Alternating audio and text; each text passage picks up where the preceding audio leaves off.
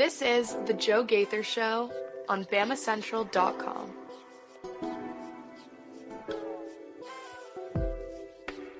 Good morning, Tuscaloosa. Good morning, Tuscaloosa, Internet world, West Alabama. How we doing today on a Thursday? It's the Joe Gaither Show on Bama Central, BamaCentral.com. Hope you and yours are doing well. We're live in the Derek Daniel State Farm Studios right here off of McFarland Boulevard, just past the Tire Rock on the left. As you get your way into Northport, we're hanging out right here. You can call Derek for all of your insurance needs at 205-758-3391. Like a good neighbor, Derek Daniel is there. We're going to have a lot of fun today on the Bama Central YouTube page, on the Bama Central Facebook page. You're listening to us on Apple Podcast, Amazon, Spotify, wherever you get your podcasts. You can find the Joe Gaither Show on Bama Central. We appreciate everybody who has subscribed, rated, reviewed the program. All you guys who have gone out of your way to leave us a review over the last couple of weeks since we've been asking for them. I really appreciate that. It helps spread the algorithm. So if you've got some time, take a little bit of time to leave us a review on Spotify or Apple Podcasts. It will help spread the show. We're presented by Purple Turtle Roofing. You can visit roofturtle.com for all of your roofing needs all throughout the Southeast, but across the state of Alabama. Metal roofs, shingle roofs. You've got all kinds of roofing needs. They can take care of you. Industrial roof or commercial roof. It doesn't matter. They'll come take care of you, make sure that your roof has no trouble spots, has no damage. They'll come give you a free roof inspection and give you the peace of mind that you deserve. So check them out at roofturtle.com. We're going to have a lot of fun today with our friends Theo Fernandez and Katie Windham. You can follow them at Theo Fernandez _ on the Twitter machine. You can follow Katie Windham at Katie Windham _ both of them covering all things Alabama athletics. Katie Windham leading all of our coverage at BamaCentral.com. Going to have a lot of fun today talking NCAA Softball Regionals. The last series of Alabama baseball's regular season gets started today. We're also going to talk a little football with Katie as well. So a lot of things to get into today, and we invite you to jump in and join us on the comment section or leave us a voicemail at 205-462-7340, extension 800. So a lot of things to get into today, a lot of fun to be had, and cannot wait to do it with you guys. Good morning, Theo. How we doing, sir? Doing How was great. that off day yesterday? It was a phenomenal off day. Got all rested. I'm going down to the beach in about 90 minutes, so I could not be more excited. It's a good life out here. Man, Katie, how jealous does that make you? Theo's been doing our show with us each morning, and then going out to surf or to spend time on the beach, or there's some outdoor gyms on the beach that he's been enjoying. How jealous does that make you? God. It makes me very jealous. Yes. Our other coworker, Hunter, was on vacation in the Caribbean a couple weeks ago, and I said, send a picture to make us jealous, and it did, and Theo out there in the sun. It actually, though, I was just checking the weather because I'll be headed out to softball in a little bit for pre-game day media. It actually is like, knock on wood, like pretty pleasant weather here this weekend, because sometimes regionals and supers, it is like scorching hot. We sit outside in the postseason, and I'll just be dripping in sweat. But I think actually we're going to have some pretty nice weather in Tuscaloosa this weekend. You mentioned that, and I have to second that. Yesterday I was walking the dog, and I pit stopped somewhere just standing outside. Man, the weather is perfect. So hopefully we can keep it going. Theo will enjoy the beach for us, and we will enjoy the diamond, baseball and softball diamond. And that seems like a great place to start because Alabama softball earned the #1 overall seed in the NCAA tournament. And we've teased it just a little bit this week with Theo, but now we're really ready to get into it with you, Katie. Alabama, the #1 overall seed, despite not winning the SEC tournament, not winning the SEC regular season, second place in the regular season, coming up short in the championship game against Texas this past week. Did Alabama deserve the #1 overall seed? What did the Crimson Tide do to earn the #1 overall seed? I think their full body of work is what gave them that #1 overall seed. And really the thing that differentiated them from the other people in contention for that spot was their top 10 wins. And that's what the committee chair pointed to when she was interviewed by ESPN on the selection show. That it's a little different every year because the people who are on the committee switch up, but they've basically never valued who wins the conference. Like, that's not one of their criteria. In 2019, Alabama won the SEC by 4 games and infamously was the number 8 seed in the NCAA tournament. It was a team that probably was a lot better or more deserving, something higher than an 8 seed, or number 8 overall seed. The way they've kind of done the seeding this year is kind of weird and kind of dumb.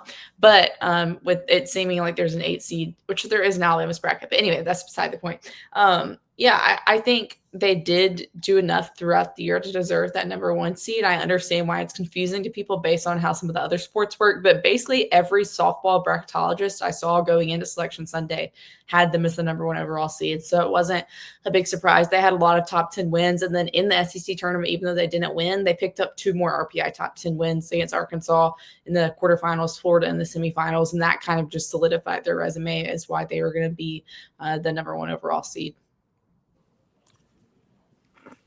Well, take us back to last week. Were you disappointed? I mean, obviously, you've been following this Alabama team throughout the entirety of the season and many seasons now. Were you disappointed with the ladies' result up in Lexington because you saw Oklahoma go down, Tennessee didn't make it to the finals, so everything was kind of set up? I mean, this is from an amateur perspective, set up for Alabama to win the event. Is there any disappointment that Alabama kind of came up short on that Saturday?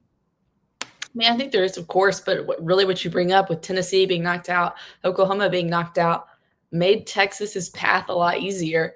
They had to play Ole Miss in their first game instead of Tennessee, and then they got to play Georgia instead of Oklahoma in the semis. So by the time they faced Alabama, and Georgia kind of took them to the limit, but they had a lot easier path.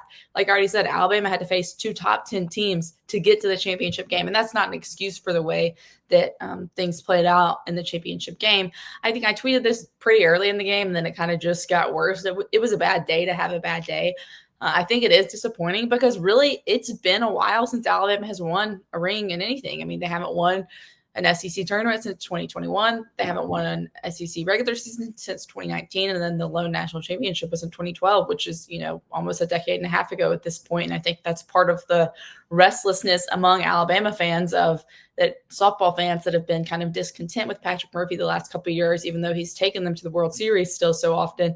It's the fact that they haven't won any rings, and you had an opportunity on Saturday. You came up 1 game short in the regular season. You have your opportunity to make up for it now, win an SEC championship, and they weren't able to do it. So I think there's, of course, some disappointment, and today will be the first time we've talked to them since then. And I think it'll be interesting to see if that kind of fuels them. If, okay, we were 1 game short in the regular season. We were 1 game short in the SEC tournament. Are we going to make sure we're not 1 game short again? And ultimately, if there's one you're going to win, you want it to be the national title. And I think this team has the capability of doing that, and I think this is the most wide open softball postseason field that it's been, and I really don't even know how long. Yeah, and just looking at this field, right, and where Alabama was seated, I saw a lot on social media kind of went down the rabbit hole of, wow, okay, the consensus is that this is a very tough path for the number 1 overall seed. You look at Belmont. I mean, I remember covering Maya Johnson at the regional last year, and the numbers are eye-popping. What do you think about this pairing of 4 teams?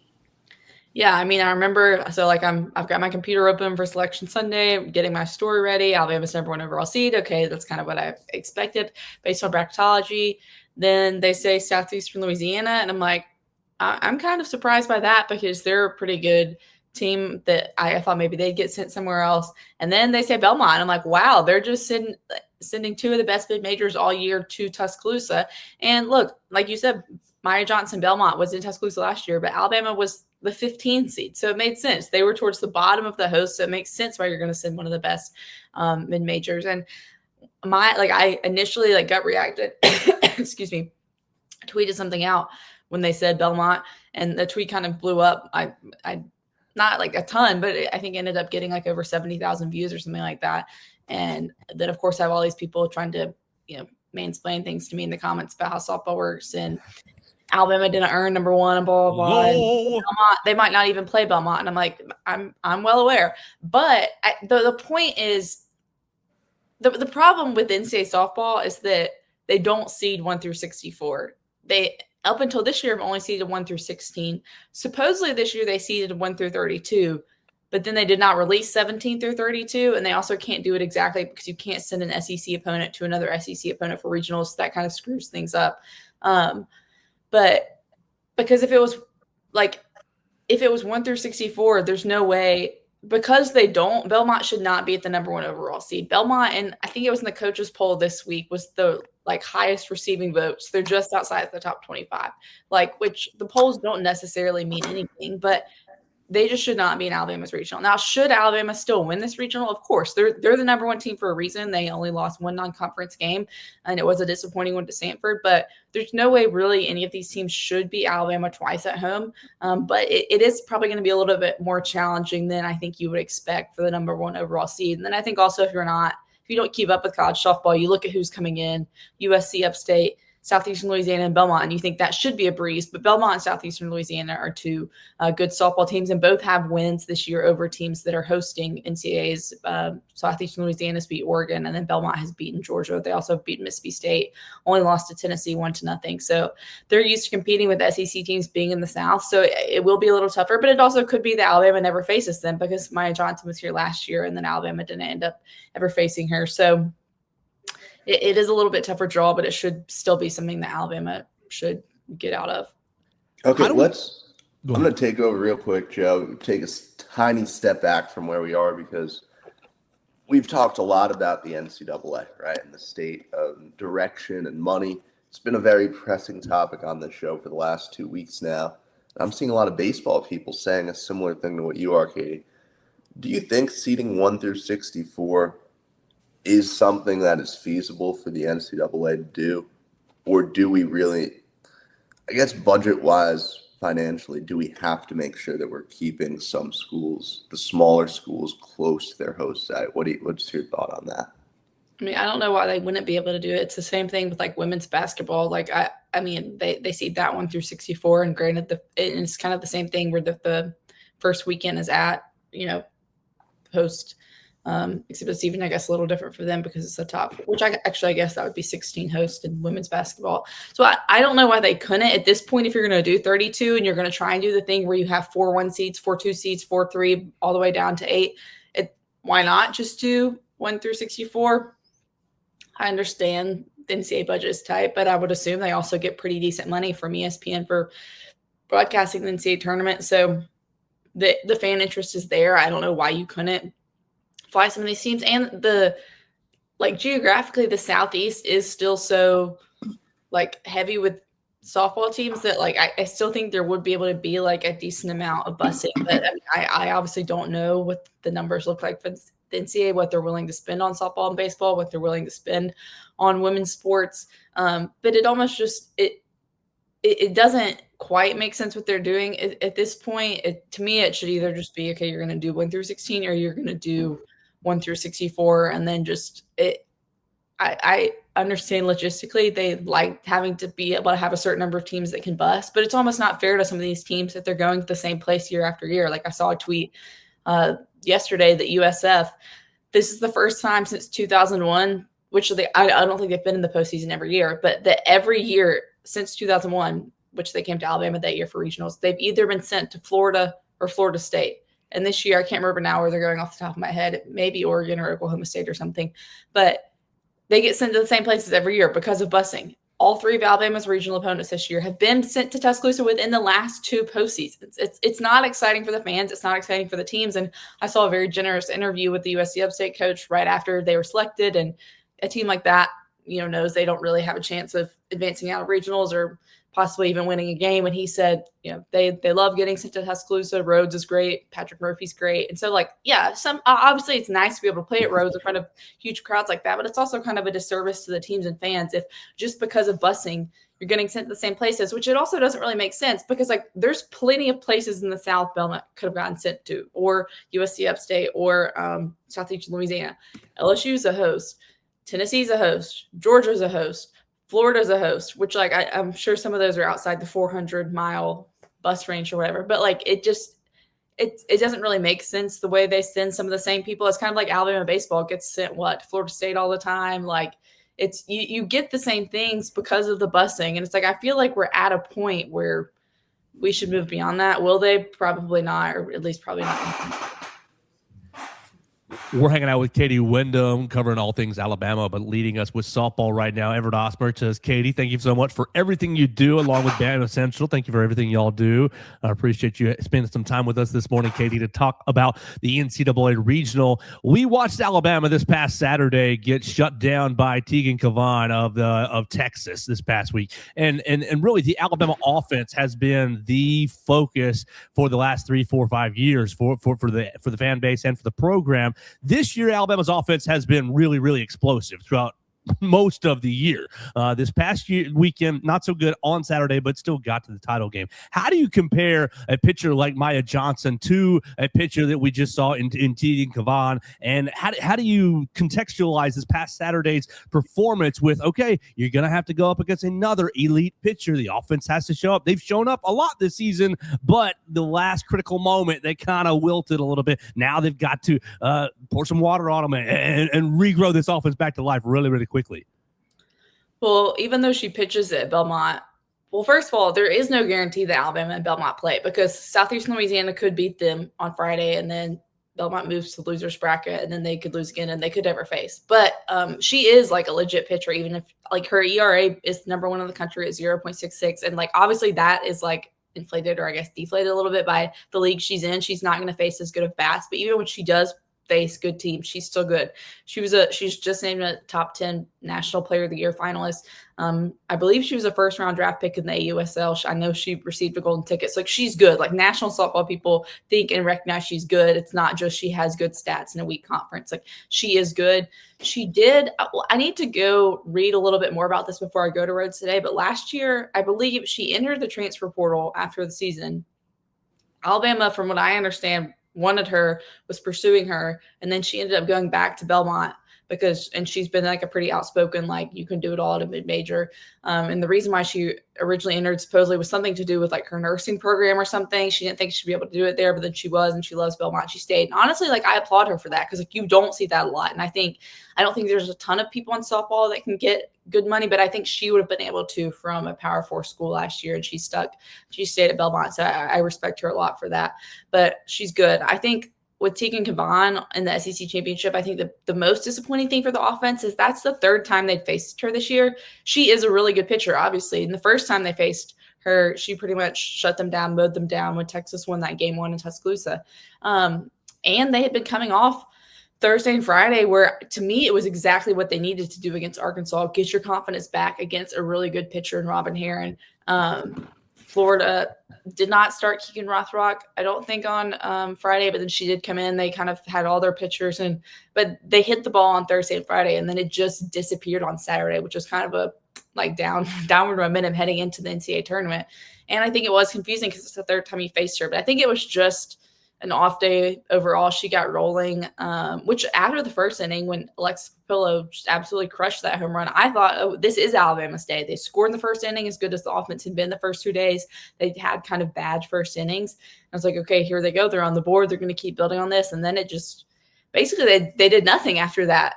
They had one chance, and I think it was the fourth when they had bases loaded and then struck out back-to-back. I think it was a season high in strikeout, so just a bad day at the plate. But I think the 2 games before that kind of reaffirm their identity. And then I think the good thing for Alabama is on Friday, you're playing USC Upstate, who is the worst team in your regional. Last night when I was doing How to Watch and I was looking at their stats, their best pitcher's ERA is like 3.64, something like that, like almost a 4, which in softball is like not great. And then all their pitchers are even worse. So game 1 in regionals in the NCAA tournament, you're facing a pitcher that's no disrespect to any of their pitchers, because not like I've watched them, so I can't really say. And 2 years ago when USC Upstate came in, Alabama won the first game 1-0, which that offense was not good at all. But they could not, even facing USC Upstate, they still couldn't hit or score. But Friday, you're facing pitchers that are not SEC caliber pitchers that could not probably pitch at a Power 4 school. And so you need to tee off and get the offense back on track against a pitcher like that, and then hopefully can carry that momentum through the rest of the weekend. And you have the opportunity on Friday against a team that's just, I mean, they're obviously good enough to make the NCAA tournament, and they're there year after year. So obviously they have a good coach. They recruit good players, but they're not SEC caliber players. And so it's a good opportunity to kind of get the offense back on track before facing either Maya Johnson or Southeastern Louisiana actually has a higher or lower team ERA than Belmont. They're all 3 of the 4 teams, Alabama, Southeastern Louisiana, and Belmont, are in the top 5 in the nation in team ERA. So after Alabama's first game, it might be kind of tough to score runs, but I do think this offense is good enough to do it, and they should do it to kind of keep building momentum throughout the postseason. All right, so if Alabama takes care of business in the regionals, then they're lined up with really LSU in the other side of the bracket. LSU's they're paired up with the Baton Rouge Regional. You're either going to play LSU, Virginia Tech, South Alabama, or Akron. How do you feel with those 4 teams on the other side facing you next weekend? How do you feel about Alabama's chances to get all the way to Oklahoma City if they can get through this weekend? I think that part lines up pretty well. I think it's kind of talking about teams you face again and again. Somehow they always face Virginia Tech in the postseason. So and Virginia Tech was right on that hosting bubble. So I won't be surprised at all if they win that LSU regional and then it ends up being Virginia Tech at Rhodes again. I think fans would probably care more about if it was LSU. And Alabama and LSU did not meet in the regular season. LSU had a very up and down regular season, had some really bad losses, also had some big wins, was able to beat Oklahoma in a game, I think. So, but I think either of those teams, they should be able to win. And I think the biggest advantage is that you're going to be at home. You're going to have that Rhodes crowd. It's going to be hard for any team to beat you twice at Rhodes. It's been a little bit since there's been a super regional at Rhodes because the last 2 years they got sent on the road. 2023, they had one at home. And then 2022 was supers, or was the only year they've not advanced to supers when they lost in regionals. So really, I was thinking about it, and that's in the last 5 years, there's only been one super at home. And I think these fans are kind of desperate for that. So I think whoever it is, I think Alabama should advance back to Oklahoma City in the Women's College World Series. And just getting a temperature check on the team. I've asked you this just about every time you've come on. Is it World Series or bust? Is it Oklahoma City or bust? What does the team have to do? I see number 1 overall seed, and I think, you should come pretty close to winning the whole thing, right? Yeah, I mean, I think at this point, especially with the number 1 overall seed, I think making it back to Oklahoma City is kind of like the minimum of what you need to do. I think I've said this already on here, but I think really what they need to do is at least advance to the semifinals of the Women's College World Series, because really the last 2 trips out there in 24 and 23, 2024 is when they upset Tennessee in supers, and then 23 was Montana's last year. Both those teams you kind of knew had no shot of winning a national title or possibly winning a game. 2023 went 0-2 in OKC, and then 2024 they beat Duke in their second game, I think. But it's been since 2021 that they made the semifinals, and I think that team had a really good chance of winning a national title when Montana threw the perfect game, and then they lost to Florida State, and then there's the rain delay, and then they lost game 2, and it was kind of just an unfortunate set of circumstances. So I think baseline minimum is making it back to Oklahoma City. I think you really need to get to the semis, and I think if you could get back to the championship series, that would be huge too, because I believe you haven't done that since 2014. I'm trying to think if I don't think they've made it back to the championship series since then, when it was Alabama versus Florida for the national title. So it's kind of been a long time since these milestones. And I have a friend I talk a lot about softball with, and we'd kind of said the last couple of years it was really hard for us to picture Patrick Murphy, as much as we love him and as good as I think he is. And I don't think that Alabama, whenever I see people complain about him or think they should be fired, I think that's ridiculous. But it was hard for me to picture him taking this program back to another national title. And I think this team can do it. So obviously that would be huge. I think it's a possibility. I don't necessarily think it should be the expectation. And Murph also hates the word expectation. So, but I don't think they're going to be the trendy pick to win the national title. In fact, I think they're going to be a pretty trendy pick to not make it to OKC, which I think will kind of fuel them as well. But I think, making it to the Women's College World Series is the baseline minimum. And then I think you need to at least get to the semifinals this year and be a legit contender when you're out there, not go 0-2, and be one of those teams that's actually threatening for a national title. Well, she's Katie Windham, and Alabama softball will start the NCAA Regional on Friday at noon against USC Upstate. You'll be able to follow her coverage at Katie Windham _ and right there at BamaCentral.com. If the ladies are victorious on Friday, they'll be playing on Saturday at 1 o'clock, and then they will, if they're victorious, then on Saturday they will be playing on Sunday at noon for basically the right to advance to the Super Regionals. Sunday could be a doubleheader, but really all those games and all those schedules you can read about at BamaCentral.com and keep up with the first pitch times with Katie Windham, because sometimes softball postseason stretches 20 minutes one way, 20 minutes another way. So make sure you keep up with Katie Windham for all of those, for all that information and all the updates. Why don't we transition to football, and then Theo and I will wrap it up with Alabama and Ole Miss baseball. Katie, we've had a lot of fun this week talking about expectations, talking about players who might break out, talking about players who will have a bit larger roles this season. We've really been using Hunter DeCiver's piece from Monday, 5 players poised to break out in 2026. We had Hunter DeCiver join us yesterday to talk about all 5 players, and we kind of debated and bantied back about okay, does Lassie Brooks qualify as a breakout candidate? And it made him kind of explain his article, so we appreciate him taking his time with us yesterday. If you missed that program, you can find it on Apple Podcast, Amazon, Spotify, wherever you get your podcasts. Katie, why don't I ask you, who do you think this year? I mean, everybody's looking at the quarterbacks. Brand new quarterback, okay, one of those guys has to break out. Who do you think is going to be some of these guys that we aren't really talking about right now or haven't talked about enough that will be stealing the headlines in the fall and break out for Alabama football in 2026? I feel like this is cheating a little bit, especially if sorry, Rooney just came in the room. If y'all hear that. Rooney boy. His nails on the floor. He's gonna whine for you a little bit too.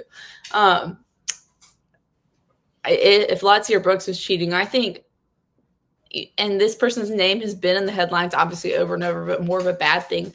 I almost think this is like a potential breakout year, or like getting back to what it was for the first 6 games of 2024 for Ryan Williams. And he has a new name, Ryan Coleman Williams. So maybe that could be my spin on why he's a breakout, because I think he obviously had a flash in the pan, super hot start to his freshman season. The Georgia game put him on the map, huge moment. Everybody watching that game.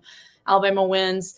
He scores a touchdown in X number of games in a row, whatever. And then it just kind of drops off at the end of his freshman season. And then his sophomore season, he comes into the year, one of the faces of college football on the cover of video games, has one of the highest NIL valuations in the country, and then just didn't have a great year. It wasn't horrible, but I think obviously nowhere close to what people expected. And so I think he's a guy that can kind of break out of what was all the negativity surrounding him last year, and even the negativity that surrounds him in the offseason, whether it's stuff with his personal life and people just being weird on the internet, or just kind of how last year went. And I think he's a guy that is going to be back in our headlines for good reasons a lot this year. And I know that's cheating a little bit, but he is kind of somebody I see in that vein. And then as far as somebody that I think actually is maybe not been in headlines his first couple of years in Tuscaloosa, but could be this year. And not that necessarily offensive linemen get a ton of articles, but I think William Sanders is going to be a guy that even though he did not compete in the spring with an injury. I think you tweeted at 8 Joe about just how good he looked physically. And I think he's a guy that Alabama wants to be in that starting lineup. And offensive line has obviously been a struggle the last couple of years, the run game. And I think if he can help Alabama in that area, he's a local kid. I think that can be something that fans can really get behind. And he can be a guy that he wasn't a guy that came in super highly rated, recruited. I mean, obviously he was recruited, but he's not the 5-star. And so I think he has a chance to kind of break out and put his name on the map this year. And then defensively, I'm not sure who it'll be. I think Hunter said QB recent linebacker. There's got to be somebody that breaks out a linebacker besides Caleb Woodson, because you're going to have somebody else that steps up into that starter role, whether it is QB Reese, Caden Jones, somebody we're not really talking about as much. There's got to be somebody at that other inside linebacker that breaks out, because you hope there is for Alabama, or else there's going to be some issues on defense. I like the William Sanders pick. I think that Joe, I know you're really high on him. I'm surprised you didn't come up with that, honestly, now that I think about it, as one of your breakouts. I think I'll give you a pass, Katie, on the Ryan Coleman-Williams. I really went after Hunter a little bit for his Lazier Brooks because, like, there's low-hanging fruit, and Lazier Brooks is, like, the lowest-hanging fruit you're going to find anywhere. So, but the Ryan Coleman-Williams thing, you are very correct. I mean, as far as only because he has a new name. If it was still Yeah. Ryan Williams, it wouldn't count. the new name, absolutely. And also, yeah, like, what do we define a breakout as, right? A breakout is somebody elevating their level of play from point A to a much higher point B. As far as players who statistically, impact-wise, whatever you want to say, have the ability to take that next step, does anyone have a higher ceiling than Ryan Coleman-Williams? I don't think so. I mean, we know, and Alabama fans are just holding out hope for him to be this game-wrecking, elite wide receiver who controls games, who isn't, obviously making the drops like he was last year. And he certainly wasn't that at all last year. So me and Joe talked about the pressure that's on him from the draft point of view probably 2 weeks ago now. I don't hate that pick at all. Well, and I think that kind of plays into it, the fact that he's playing for the draft, that this is his last season in Tuscaloosa, barring something catastrophic, that there is that pressure of like, hey, this is my last year in Crimson as an in-state kid. This is his last year to play for Alabama, to make his mark, to even further like cement his legacy. So I think that all kind of plays into it as well. Katie, do we think that William Sanders is basically penciled, not pinned, but penciled in to start at left guard? I think so, just based on kind of what I've heard and from what he did last season. And, just kind of how many question marks there are and how few people there are returning that have played offensive line at Alabama in any significant way. I think he is a guy they're kind of penciling in at left guard despite missing the spring. So that's why I think it's not pinned, that he was not playing in the spring. I think it would probably be pinned in if it was, but I think, penciling him in is probably a good way to phrase it. How difficult? I mean, we all know the job that's been given to Adrian Clem as offensive line coach, and everything that those offensive linemen are doing is under a microscope right now because of how just horrific the running game was last year. Second to last in the SEC by 1/10 of a yard. You beat LSU by 1/10 of a yard for last place in the SEC in rushing. So how difficult is it for Adrian Clem? You've got to rework this offensive line. Here's you a bunch of transfer portal offensive linemen, and here's you this third-year offensive lineman in William Sanders, who we think is going to be left guard, but he's not available to you. You can't actually build your chemistry right here in the spring. You've got to wait for him to get health. I just think that all the moving parts, oh my goodness, makes life so hard for Adrian Clem. Yeah, I think if we're granted any practice access in fall camp, I think we're probably going to see like 5 different offensive lines in those viewing periods as they're just trying to figure things out. My hope for this year is, and which I never really understood the last 2 years, which I guess there was 2 different offensive coordinators during that span, but was the constant rotation on the offensive line. Was that Coach Cap driven? Was that Ryan Grubb driven? Was that Kalen driven? Like, who was it that was like totally fine with like, let's change our offensive line 10 times a game, not in the season. Like, let's just keep switching it up every other drive. Who's out there? Who's at what spot? My hope for this season as a reporter and somebody that has to watch every game from this team is that they find an offensive line and stick with it, like barring injuries. That you find those best 5 and those are your best 5. Like growing up watching Alabama football, it wasn't like it was the same offensive line every game. Like unless somebody got injured or like their helmet comes off for one play, that's when you send somebody else out there. But there's no way that could have helped the running game. Constantly switching the offensive line 10 times a game throughout the season, switching who's at guard, who's at tackle, who's, Parker Brailsford basically and Caden Proctor were the only like mainstays. And then everything else was kind of always rotating. Michael Carroll kind of by the end was that right tackle, but then it seems like now he's going to be the right guard, which if that's what they think is best for him, then that is what's best. But I don't know. It never made sense to me. It's like that cannot be a good thing with the continuity of an offensive line to be constantly switching with the communication, with the run game, with pass protection. And so, I think Adrian Clem has a tall task ahead of him. And I don't envy his job. Yeah, Michael Carroll at guard is not something that I'm super on board with. Not to try to go against the Alabama coaching decision. I trust that they're making the decision for a reason. But at face value, I'm of the opinion that you would probably get get a very competent level of play out of Michael Carroll at the tackle position. He seems to be interested in the idea of continuing to play tackle.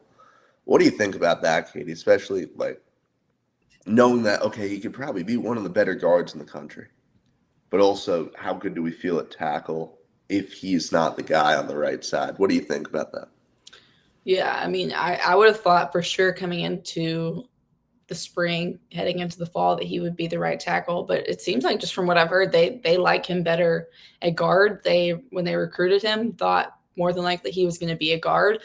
I think it does leave question marks, though, of like, who is your starting right tackle? Because it's not like they did go get a bunch of offensive linemen from the portal. It's not like they got like a huge name that's like your clear cut, okay, this is your guy at right tackle. So for continuity purposes, you would think he would stick there, but it seemed like, from what I've heard, that he's going to be a guard. And really talking to him after A-Day, he kind of seemed, I don't want to say dejected, but resigned. Yeah, like he was like, I'll do whatever's best for the team, which, like, I appreciate him like giving the company line and like seeming to have a positive attitude about it. But I'm sure, like, if he wanted to play tackle, like, it's got to be disappointing to be moved over to guard. But then also, like, if you're starting offensive lineman at Alabama, and then he was, correct me if I'm wrong, but he was one of the people that got one of those, yeah, Alabama, like, he's back things. So I'm sure he's getting pretty handsomely compensated, whatever position he plays, which is kind of interesting. Like, if they paid him to come back as a tackle, but then he plays guard, I don't know. That's interesting how that, I doubt they're going to like change his contract because of that.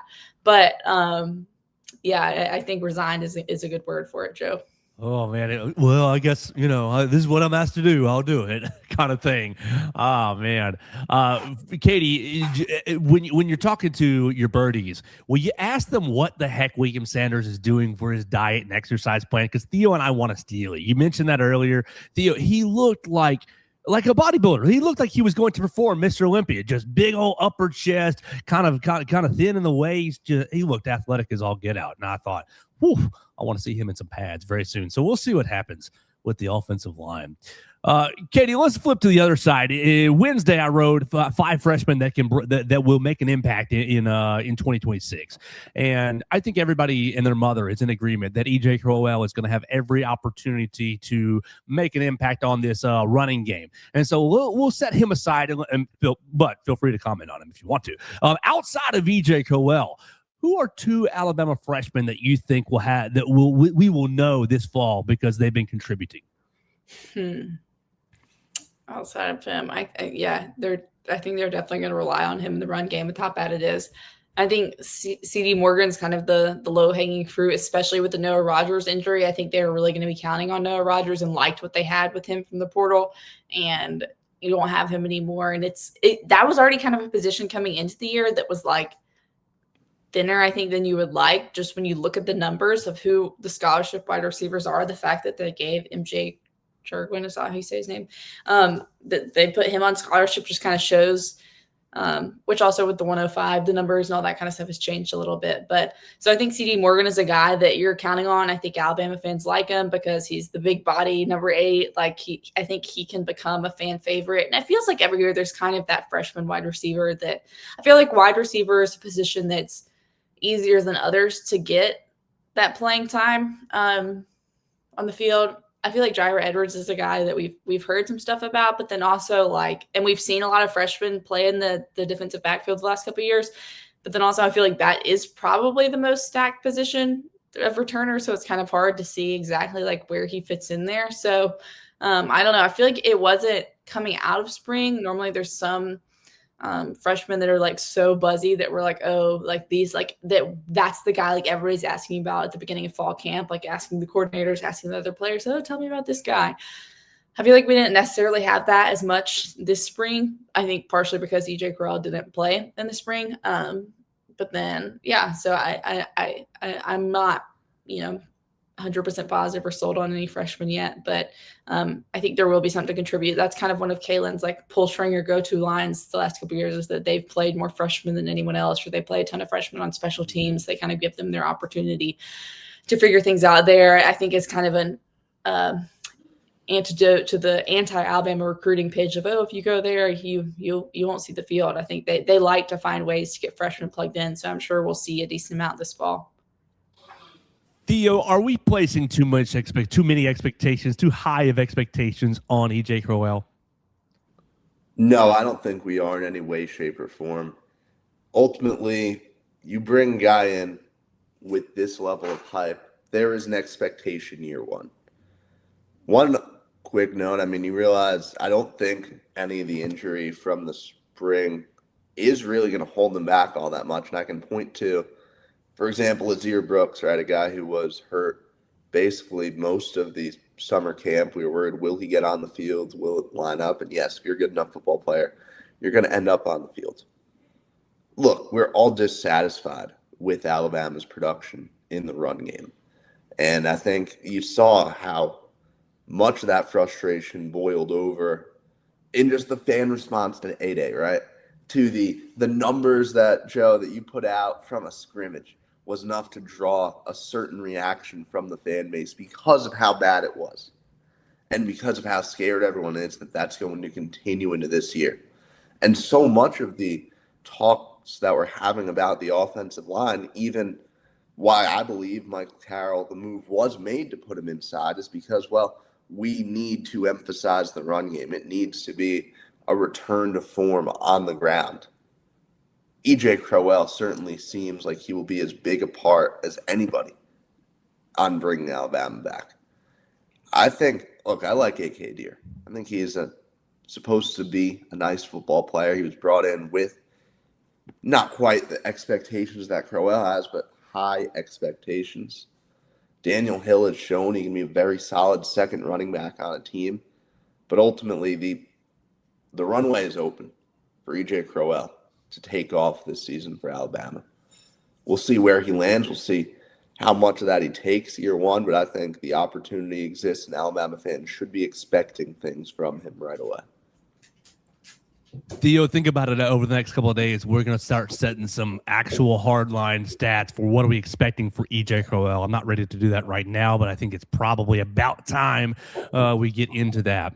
The last thing I have football-wise, I totally missed this yesterday, Theo. Alabama announced, I think somebody leaked it. I think it was somebody from the New York Times leaked a kickoff time, Alabama for Eastern Carolina, and then Alabama football went out and confirmed it on their own Twitter. Alabama is going to be kicking off the season at 11 a.m. against East Carolina. I don't have much reaction to that other than hot, but great for us. We're going to get that first Saturday right out of the way. We'll be home for the evening kickoffs, whatever good game is on that night. I'm excited for it. Does this do anything for you, Katie, to see 11 a.m. on the docket for the first week? I don't love it for like the first game. I feel like Alabama fans just aren't used to 11 a.m. kickoffs. It just doesn't happen a ton around here. So I feel like it kind of kills. You don't have a lot of time to build up to that season opener. Sorry, Rudy. I love that boy. It's all right. He can speak. But he's annoyed that I'm in this room because there's not a lot of places for him to lay down in here. So, but I don't love it for an opening game except for us. Yeah, work-wise, it'll be nice to be able to like cover the game, go home, watch. I don't really know. Are there? I mean, I'm sure there are, but I don't know off the top of my head what the marquee matchups are in week one this year. Clemson, LSU, Death Valley. Which one? It is LSU's this year. Okay. Clemson had it last season. So it's an awesome home and home. That's right. So that'll be nice. It'll be our first chance to see our new digs in Bryant-Denny, our new press box that's been chopped in half to add more suites. So it'll be interesting to see how tight the quarters are in there. Somehow maybe they've made it more spacious. I don't know. So that'll be interesting for us week one. But yeah, I don't think the fans are going to love it. It will be very hot. It'll be a learning experience for a lot of Alabama freshmen in the sun, I would guess. I will not be surprised if Upper Bowl student section or even Lower Bowl student section is not full at kickoff for that. I think Upper Bowl will be full just because Upper Bowl is mostly the freshmen, coming in for their first game. But, man, a lot of people are going to be baking in their blue polos out there on that. Don't say that. Hot Saturday morning. Hope the sun fries those polos off their bodies. Oh, drives me nuts. You also have Georgia Tech and Auburn and Baylor at 2:30 that day. So we'll be barely done for the fourth quarter for the last bit of that fourth quarter as that gets going. So we'll keep you up on more kickoff times as they get announced. Lots of kickoff times starting to swirl around. I know the NFL schedule is starting to leak out there, and that's not our purview so as much, but it's just a symbol that football is around the corner. Katie, anything else you got for us today, softball-wise? Anything else on your brain? Just on you got any recipes for us? Any dog tips for Rooney? Anything else you got for the people today before we let you go? Because Theo and I are going to wrap this bad boy up talking Alabama baseball. I don't think so. I'll be headed out to Rhodes probably in the next hour or so to watch practice. I guess they didn't put that for sure in the email, but I'm pretty sure the NCAA practices are open to the public. I'm pretty sure anyone could go out there and watch today at Rhodes, watch any of the teams practice if you want, and then we'll have interviews. So there will be a lot of softball content coming on Bama Central later today on Thursday, and then there will be plenty throughout the weekend as I will be at Rhodes Stadium for every inning that Alabama's playing in the Tuscaloosa Regional. Make sure you follow Katie Windham at KatieWindham _ on the Twitter machine and type BamaCentral.com into your browser for all of her coverage. Thanks so much for your time, Katie. Thanks, guys. Absolutely. It's Katie Windham joining us today. Theo, why don't we tell everybody about Purple Turtle Roofing, and we'll finish this program up with Alabama baseball against Ole Miss. At Purple Turtle Roofing, we're not just another contractor. We're your neighbor and your advocate when it comes to protecting your home or business. With years of hands-on experience, top-tier certification, and a commitment to excellence, we've built a reputation as Alabama's go-to roofing solution. We specialize in residential roofing, commercial roofing, emergency storm repairs, full-on roof replacements, insurance claim support, and more. You can visit them online at roofturtle.com or call them at 877-787-6635. You can schedule a free roof appointment. They'll come out, inspect your roof, make sure no trouble spots, no cracks in your shingles, no screws loose in your metal roof. Everything's good to go, so you don't have any leaks, any damage inside your home or inside your business. Call Purple Turtle Roofing today or visit them online at roofturtle.com and schedule your free roof inspection. Roofing with heart, built to last. Purple Turtle Roofing. All right, Theo, let's finish this bad boy up by talking about Alabama baseball. Last series of the year, last home series of the year. Is it going to be the last action in Sewell Thomas Stadium? Maybe, maybe not.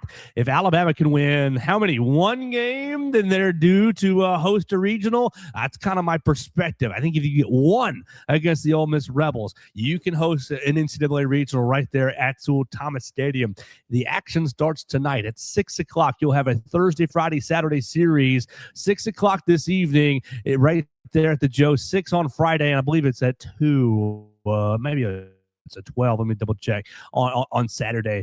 But Theo, your perspective as you see Alabama trying to win its 7th straight SEC victory, get the 7th straight SEC win, and trying to win its 3rd straight SEC series. I do believe the magic number is at 1. And it's not just for this series. It's 1 the rest of the season before regionals, that you just need to win 1 game to get a spot, to get the Tuscaloosa Regional, right? Something fans have been waiting for since 2023, something that you want to have under Rob Vaughn that you came really close to last year. And it's funny because this really mirrors last year pretty closely, I would say. Alabama last season was a little lower in the RPI, but at a very, you had more wins because you didn't drop any in the midweeks, which that's rare. That's not going to happen all that often. But Alabama was in great shape, ended up winning the first against Florida, losing the final 2 of that series. This was on the road against, a pretty solid Gators team. Alabama then proceeded to go to the SEC tournament, pick up a win against one of the worst SEC baseball teams I've ever seen in Missouri. They were awful. Just drop a game to Tennessee. Alabama this year, I was writing the bracketology piece last week, which if you guys want to find out about Alabama's kind of path to SEC seeding, you can check the Bama Central site in about an hour. But basically, Alabama dropping to the 9 seed may or may not be possible. Spent about 2 hours trying to run numbers, couldn't figure it out. It would come down to an insanely complicated tiebreaker. But basically, for Alabama to lose its first round bye, it would have to get swept by Ole Miss and then lose out on just a bizarre tiebreaker, which win-loss percentage against teams tied against common opponents, and then win-loss percentage of teams versus the highest seed using common opponents only. Like, come on. Like, You've already lost me, Theo. I'm sorry. Yeah, I lost myself. You lost me. And I've done but the you're sitting right. at the 4 seed going into the weekend. You're sitting at the 4. Which puts you on next Thursday, and that's really golly. If you can hold that, whew, you're feeling good. Basically, if you sweep, you will have a home series. You're also really, really helped out by, or not home series, I'm sorry, double bye. You're really also helped out by the fact that Auburn has to host the regular season champions in Georgia. This Georgia team has just been elite this year. 21-6 in conference play. That's 5 games ahead of second place. Yeah. I mean, that is just bizarre. Texas A&M and Texas are tied for second at 16-10. Alabama and Auburn are tied for fourth at 16-11. Why is Alabama ahead of Auburn in the standings? Alabama took care of business. The sweep, error-free baseball. So Alabama holds the head-to-head tiebreaker. Oh, yeah. Might have forgotten that. Auburn fans certainly seem to have forgotten that happened. It's interesting. Texas and Texas A&M really, really benefited by having their third game rained out, because now they're going to be a half game ahead of Alabama and Auburn entering this last weekend. So really, for Alabama, like, you could rise as high as second. I'd say the goal for the weekend, though, is just to secure this first and second round bye, rather. And you also have teams coming up from behind, like Mississippi State could make a run. If Arkansas were to sweep Kentucky, which is very likely, Arkansas would probably end up in the mix to take that spot. So Alabama controls its destiny, though. And honestly, like, this series could go either direction. Frankly. Yeah, Ole Miss is good enough to get you. Ole Miss is good enough to get you, and Alabama is inconsistent enough to be gotten, right? To, wow, we just walked in and they swept us at home, and the season ends on a really rough note, and then it puts pressure on the SEC tournament. Like, that is very much in the realm of possibility.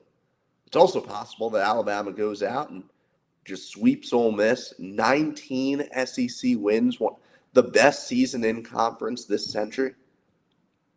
Number 2 seed in the SEC tournament. You could pull off either. The pendulum swings very far for this team. Yeah. And that's going to be the story the rest of the season. It's going to be what I'm going to talk about in a week, no matter where Alabama's seated, how, yeah, this team can go on a run in Hoover. I'm going to talk about it at the regional. Like, yes, this team is capable of reaching Omaha. You've seen the errors. You've seen the bats go to die. You've seen the bullpen get shelled. You know that for as many great outcomes may exist, the opposite could also be true. It starts tonight at 6 o'clock, 6 and 2 o'clock, 6 on Thursday, 6 Friday, and 2 o'clock on Saturday over at Sewell Thomas Stadium. So if you are, I'll wait till a regional, I don't know, I don't want to go right now. Look, make it happen this weekend, because if your voice could be the reason, could be the encouragement, could be the extra focus that the fellas need to dial in and play clean base. If you play error-free baseball, your starting pitching has shown you over the last several weeks that they're locked in. Tyler Fay, Zane Adams, and Miles Upchurch are locked in, and they're ready to give you 5 to 7 innings of really solid pitching. Just play clean baseball behind them. Clean baseball behind them and get after it in the batter's box. I think that it's going to set up for a fun, dramatic weekend here in Tuscaloosa, because I think that you just have to you win one, you're going to feel really, really good. If you can hold on to that top 4 seed in the SEC tournament, you're going to feel even better. So it's a big, big weekend of Alabama baseball. Absolutely, man. This is, go watch softball at Rhodes. Go watch baseball at Sewell Thomas. If I was in Tuscaloosa, I would be all over these live events. It's going to be a fun weekend of ball. Yeah, how about that for a Friday? You can get over there at noon for softball. They'll take care of business and be done at 2. You can have yourself a later lunch at 2:30, 3 o'clock, and then get over to the Joe for the 6 o'clock game, Alabama and Ole Miss game 2 on Friday. Whew, that doesn't get any better than that, man. Yeah, for real. You're set up for that. We're going to have a great show tomorrow. We'll break down whatever Alabama does against Ole Miss tonight. We'll talk a lot more football conversations. I'll come up with another football conversation or 3. Theo, if you look in your DMs, you can see 2 charts. One is Ohio State's valuation, and the second is LSU's valuation. They've got Alabama, this company, I think it's Front Office Sports, has Alabama at a $37 million roster. I want to use those 2 charts to kind of project who's getting paid what for Alabama in the near future. I also want to talk about E.J. Cowell's expectations. What do you expect from him? We'll follow the recruiting trail as it continues to burn in the summer. It's going to be a lot of fun the rest of the week. We'll have a big Friday show on the Joe Gaither Show on Bama Central. We thank Katie Windham for giving us her time. Theo Fernandez waking up early and giving us his time. Purple Turtle Roofing for sponsoring the program. Derek Daniel, State Farm Insurance for hosting the program. And all you guys, the listeners and the viewers, for watching and listening. If you listen to us on Apple Podcasts or Amazon or Spotify, please make sure to give us a review. Go ahead and rate us and give us a review. It will spread the show to all your friends who like Alabama as well. We're going to have a lot of fun. It's going to be a great rest of the week, and we're going to do it with you guys right here on the Joe Gaither Show on Bama Central, BamaCentral.com. Thanks for joining us on today's edition of the Joe Gaither Show on Bama Central. Keep up with Joe on all his social media pages at Joe Gaither6. Subscribe, rate, and review the show on Spotify and Apple Podcasts, and be sure to read us daily at BamaCentral.com.